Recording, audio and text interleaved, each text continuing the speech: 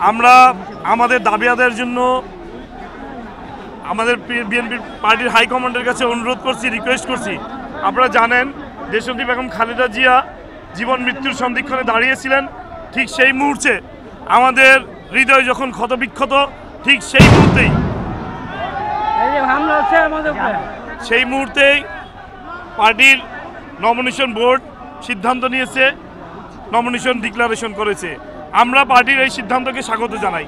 আমরা অতীতেও বলেছি যে আমরা সকল সিদ্ধান্তের প্রতি আমাদের আস্থা আছে, বিশ্বাস আছে, কিন্তু একটি বিষয় আমাদের কাছে খুব মর্মাহত হয়েছি যে আমাদের এই আসনে যাকে নমিনেশন দেওয়া হয়েছিল তিনি এই এলাকার না, এই এলাকার ছিলেন না, এই এলাকার সন্তানও না, এবং ওনার বিরুদ্ধে আমরা জানি যে ঢাকা মহানগর দক্ষিণ যুবদলের সভাপতি থাকা অবস্থায় 2011 সনে শুধু একটি মাত্রই মামলা হয়েছিল।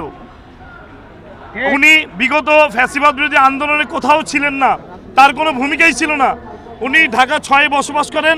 ঢাকা 6-এর বসবাসকারী একজন এখানে এসে কিছুদিন আগে আপনারা দেখবেন যে কিছুদিন আগে এই এলাকার ভোটার হয়ে এখন ভোটের জন্য নমিনেশন বোর্ডে আপিল করেছেন এবং তাকে দিয়ে দেওয়া হয়েছে, অথচ তার কিন্তু বিগত ফ্যাসিবাদ বিরোধী আন্দোলনে তার কোনো সেই রকম ভূমিকা ছিল না।